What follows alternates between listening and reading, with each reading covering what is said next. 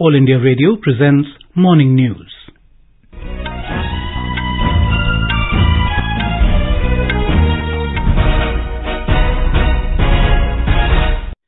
Good morning, I'm Sunil Verma. The headlines.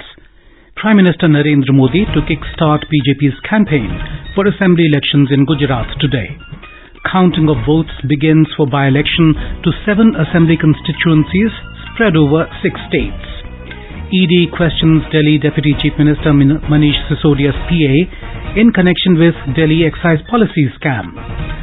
27th session of Conference of Parties of UNFCCC COP27 to begin today at Sharm el-Sheikh in Egypt.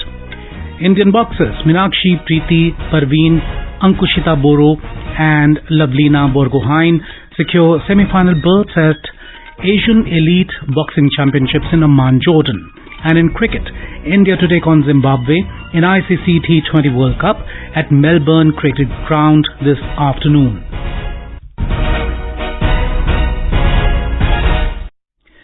Prime Minister Narendra Modi will kickstart BJP's campaign for assembly elections in Gujarat today. Mr. Modi will address a rally at Kaprada in South Gujarat today. Later in the day, the Prime Minister will attend a mass wedding ceremony at Bhavnagar, which is being organized for more than 500 girls who've lost their father. Mr. Modi is also expected to hold a road show in Bhavnagar. Our correspondent reports that this will be the first visit of the Prime Minister to Gujarat after the announcement of assembly elections in the state. More from our correspondent. Prime Minister Narendra Modi will address a rally at Nanapura village in tribal-dominant Kaprada constituency of Valsad district today. The Kaprada seat, which is reserved for scheduled tribe, is currently held by BJP. In 2017 assembly elections, Congress candidate Jitubhai Chaudhary won the Kaprada seat and later resigned from the party. In the 2020 by-polls, Jitubhai Chaudhary won the seat again as a BJP candidate and joined the state government as a Minister of State for Water Resources. Aparna Khun, AR News, Ahmedabad. In Gujarat, filing of nomination papers for the first phase of assembly elections began yesterday with the issuance of notification. In the first phase, 89 assembly seats spread across 19 districts of Saurashtra, Kutch and South Gujarat will go to polls on the 1st of December. Candidates can file their nomination papers till the 14th of November for this phase. In Himachal Pradesh, campaigning is inching towards the final phase for the assembly polls. The state is going to polls for the assembly election on the 12th of this month in a single phase. The counting of votes will take place on the 8th of December. Senior leaders of major political parties are touring Himachal Pradesh to woo the voters. To give impetus to BJP's campaign, senior party leader and Prime Minister Narendra Modi was on a day-long visit to the state yesterday, where he addressed election rallies in Mandi and Solan districts. Speaking at the public meetings, Mr. Modi said, electing a stable government is very important for the rapid development of the state, and it is the demand of the 21st century.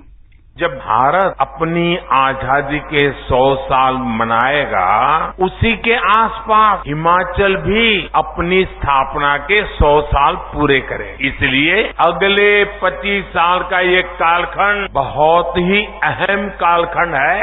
अमृत काल के इन वर्षों में हिमाचल में तेज विकास जरूरी है, स्थिर सरकार जरूरी है। मुझे खुशी है कि हिमाचल के लोग, यहाँ के युवा, यहाँ की माताएं बहनें इस बात को अच्छी तरह समझ रही है.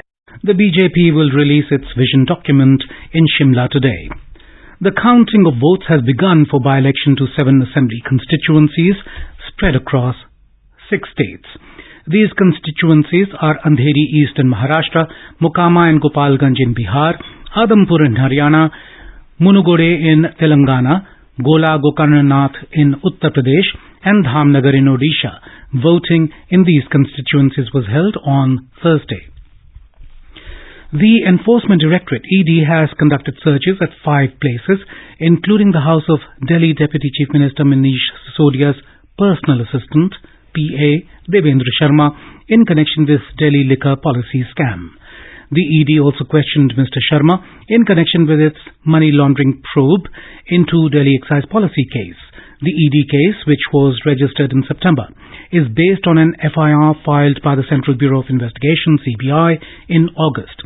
Mr. Sisodia has been made prime accused in an FIR registered by CBI on the recommendation of Delhi Lieutenant Governor V.K. Saxena to probe alleged irregularities in formulation and implementation of the Excise Policy 2021-22.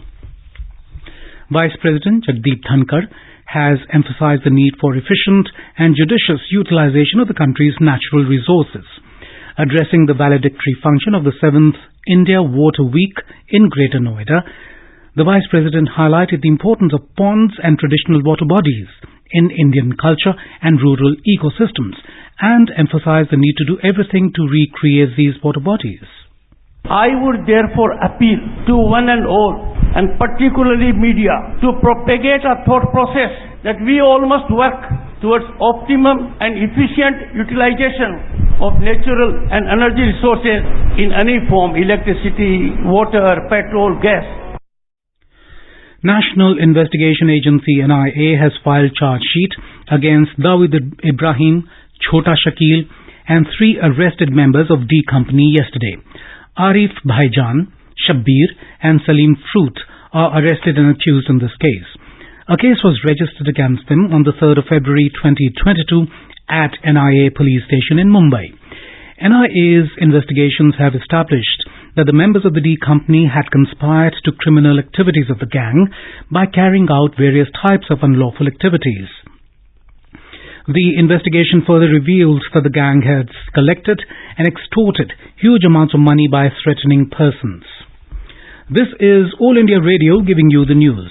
For quick news updates round the clock, follow us on our Twitter handle at AIR News Alerts. मुट्ठी भर अंग्रेज और हमारे विशाल देश पर राज करने का स्वप्न देख रहे हैं, पर हम इनके स्वप्न को चकनाचूर कर देंगे। निकल पड़े स्वाधीनता के पथभाले, स्वतंत्रता संग्राम की सुनी अनसुनी कहानियों के साथ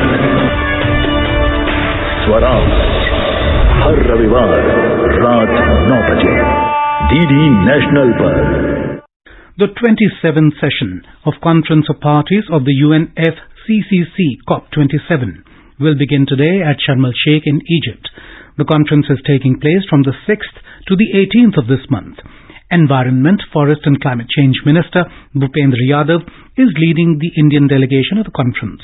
Mr. Yadav said the world has gathered to deliberate on sustainable ways to fight climate change. He said COP27 should be COP of action, with key deliverables having a specific focus on defining climate finance, outcomes on adaptation and loss and damage. We have a report.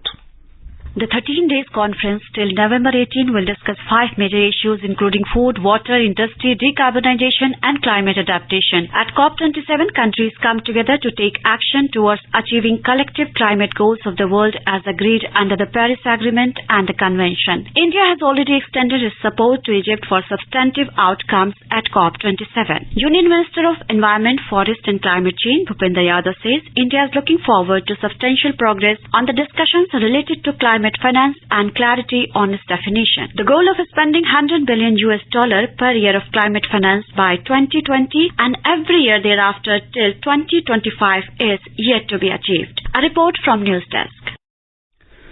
In the Kashmir Valley, a one-day entrepreneurship awareness program, EAP, was organized by the Jammu and Kashmir Entrepreneurship Development Institute, JKEDI, in collaboration with Government Degree College, Kupwara, yesterday. Director JKEDI Ajaz Ahmed Bhatt presided over the event. The awareness program was organized by JKEDI as part of its efforts to create mass awareness among the educated youth in the border and far-flung areas of J&K about the realities of the labour market in the Union Territory and the scope for entrepreneurship and self-employment across various sectors. The air quality in the national capital Delhi has slightly improved from the severe to the very poor category as the overall air quality index AQI stood at 357 at 6 a.m. today. According to the IMD, the air quality is likely to improve further but remain in the very poor category from today till Tuesday. Yesterday, the air quality was in severe category as the overall AQI of the city stood at 431. Indian boxers Meenakshi, Preeti, Parveen, Ankushita Boro and Lavlina Borgohain have secured semi-final berths and guaranteed multiple medals for the country at the ongoing Asian Elite Boxing Championships in Amman, Jordan. Olympic medalist Borgohain won 3-2 against Kazakhstan's Valentina Khalzova in the 75 kilogram category by split decision. Her win has assured India of the 5th medal after Meenakshi, Preeti, Parveen and Ankushita Boro won their respective quarter-final matches. Indian men's hockey team will play against Spain in the FIH Pro League at the Kalinga Hockey Stadium, Bhubaneswar today. India registered a sensational 7-4 win against New Zealand on Friday. India now have 6 points, same as Spain, who have a match in hand, while New Zealand are yet to open their account in their mini-tournament of 3 teams. India will take on Zimbabwe in ICC T20 Cricket World Cup at the Melbourne Cricket Ground today. The match will start at 1:30 p.m. Indian time.